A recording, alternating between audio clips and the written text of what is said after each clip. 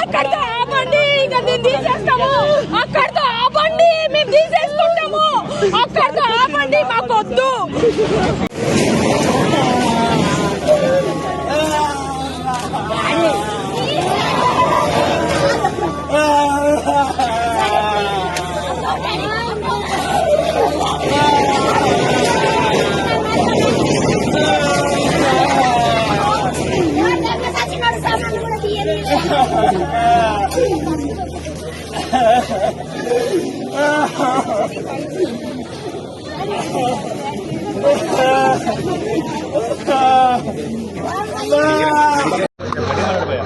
Sir నాకు ఎలాంటి information ఇవ్వలేదు, నాకు ఏమి ఇవ్వలేదు సార్. నాకు ఇన్ఫర్మేషన్ ఇచ్చింది ఏంటంటే నేను గవర్నమెంట్కు వ్యతిరేకం కాదు సార్. మా వైఫ్ ప్రెగ్నెంట్ ఉంది సార్.